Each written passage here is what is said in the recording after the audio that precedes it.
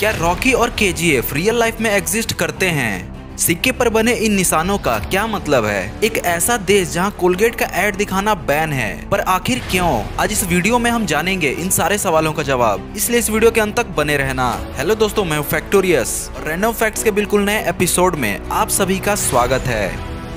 Fact number 12। क्या आपने कभी इन सिक्कों को गौर से देखा है? गौर से देखने पर हमें पता चलता है कि हर सिक्के पर ईयर के नीचे एक खास तरह का निशान होता है और यह निशान कई तरह के होते हैं, पर आखिर इनका क्या मतलब है? दरअसल सिक्के पर बने यह निशान हमें कुछ इन्फॉर्मेशन देते हैं। सिक्के पर बने इन निशानों की मदद से हम यह पता कर सकते हैं कि यह सिक्का कहाँ बना है। जैसे कि अगर सिक्के पर बना निशान अगर डायमंड की तरह है, इसका मतलब है कि वह सिक्का मुंबई में बना है, और अगर यह निशान डॉट की तरह है, इसका मतलब कि यह नोएडा में बना है, और अगर सिक्के पर स्टार बना है, इसका मतलब कि यह सिक्का हैदराबाद में बना है। पर कुछ सिक्के ऐसे भी होते हैं जिन पर कोई चिन्ह नहीं होता, इसका साफ मतलब यही है कि यह सिक्के कोलकाता में बने हैं। Fact number 11। पहले क्या होता था कि स्पेस स्टेशन में एस्ट्रोनॉट्स को एक ही कपड़े को पहनना पड़ता था, क्योंकि वहां कपड़े धोने की कोई भी व्यवस्था नहीं थी। पर हाल ही में पहली बार स्पेसएक्स द्वारा एक डिटर्जेंट पाउडर को स्पेस स्टेशन में पहुंचाया गया। इस डिटर्जेंट पाउडर को टाइड ने नासा के साथ मिलकर तैयार किया है।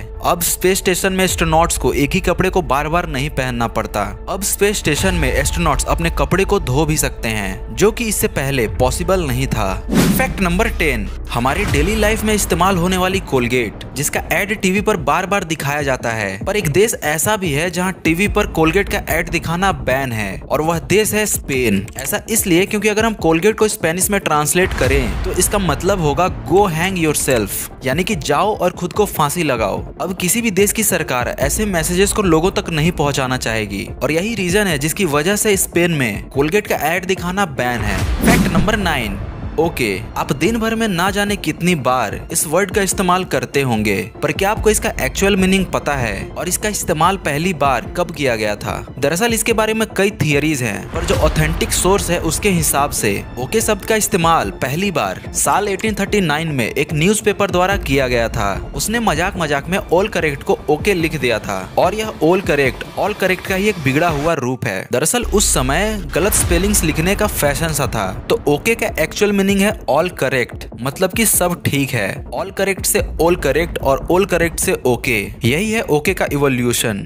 Fact number 8। क्या आपको पता है कि जब एस्ट्रोनॉट स्पेस में जाते हैं तब उनकी लंबाई लगभग 2 इंच तक बढ़ जाती है? पर ऐसा होता क्यों है? आपको तो पता ही है कि हमारे शरीर का सेंटर, हमारी रीढ़ काफी मजबूत होती है, पर साथ ही साथ यह काफी लचीली भी होती है। जब एस्ट्रोनॉट्स अंतरिक्ष में जाते हैं, वहाँ कम ग्रेविटी के कारण यह लचीली हड्डियां फैलने लग जाती हैं, जिसकी वजह से एस्ट्रोनॉट्स की लंबाई लगभग 2 इंच तक बढ़ जाती है। Fact number 7। आप इस ह्यूज ट्री को देखो। अभी जिस ट्री को आप देख रहे हो यह कोई मामूली ट्री नहीं है, यह है वर्ल्ड्स लॉन्गेस्ट ट्री, जिसका नाम है जनरल शर्मन। यह तकरीबन 83.8 मीटर यानी कि लगभग 275 फीट लंबा है। यह पेड़ कैलिफोर्निया में यूएस स्टेट के सुकोई नेशनल पार्क में मौजूद है। इसकी खास बात यह भी है कि यह पेड़ कोई 100, 200 या 500 साल पुराना नहीं, बल्कि अकॉर्डिंग टू रिसर्चर्स यह पेड़ आज से तकरीबन 2200 से 2700 साल पुराना है। हालांकि अगर बात करें तो यह अब तक का रिकॉर्डेड सबसे लंबा पेड़ तो नहीं है, पर प्रेजेंट में इस धरती पर जितने भी पेड़ मौजूद हैं उनमें से यह सबसे लंबा है। Fact number 6।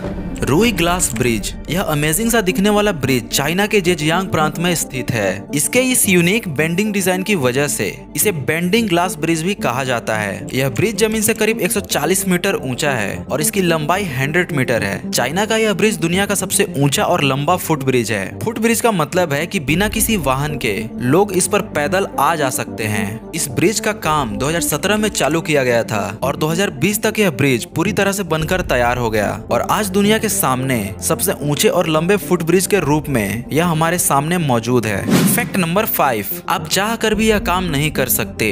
आप कभी भी अपनी सांस को रोक कर नहीं मर सकते, क्योंकि हमारे फेफड़े कुछ इस तरह से डिजाइन है जिससे आप चाहे कितनी भी कोशिश कर लो, आपके फेफड़े ऑटोमेटिक ही सांस लेना शुरू कर देंगे। अब आप इसे अतरंगी तरकीबें लगाकर ट्राई मत करने लग जाना।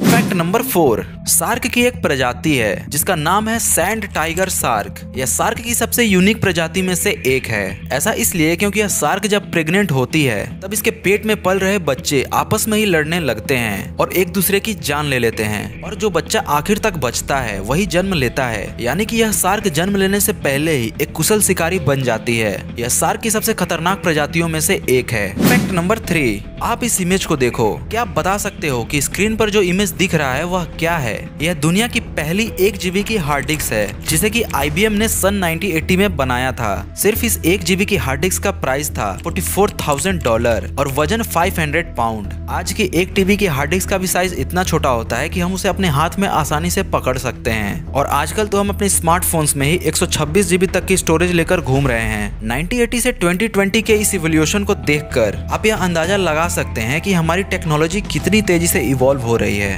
फैक्ट नंबर 2, जब हम सांस लेते हैं तब ऑक्सीजन के साथ साथ और भी कई तरह की गैस और माइक्रो ऑर्गेनिज्म हमारे शरीर के अंदर चले जाते हैं। पर क्या आपको पता है कि एक एवरेज इंसान अपने 50 से 70 साल की उम्र तक लगभग 45 टन डस्ट यानी कि धूल इनहेल करता है, यानी कि सांसों के जरिए लगभग 45 टन धूल को अपने शरीर में लेता है। फैक्ट नंबर 1, अभी बॉक्स ऑफिस पर जो मूवी ट्रेंड कर रही है उसका नाम है KGF। कमेंट करके जरूर बताना कि आपने अभी तक यह मूवी देखी या नहीं। कई लोगों के मन में यह सवाल है कि क्या KGF और हमारे रॉकी भैया रियल में एग्जिस्ट करते हैं, तो इसका जवाब है हाँ, पर यह स्टोरी पूरी तरह से फिक्शन है। KGF यानी कि कोलार गोल्ड फील्ड, यह हमारे भारत में कर्नाटका के कोलार डिस्ट्रिक्ट में मौजूद है, जहाँ एक समय पर गोल्ड की माइनिंग की जाती थी, पर अभी इस माइन को बंद कर दिया गया है। और जहाँ तक बात है रॉकी भैया की, तो रॉकी नाम का कैरेक्टर रियल में तो एग्जिस्ट नहीं करता, पर यह जिससे इंस्पायर है उसका नाम था राउडी थंगम, जो कि KGF में इलीगल एक्टिविटी करता था।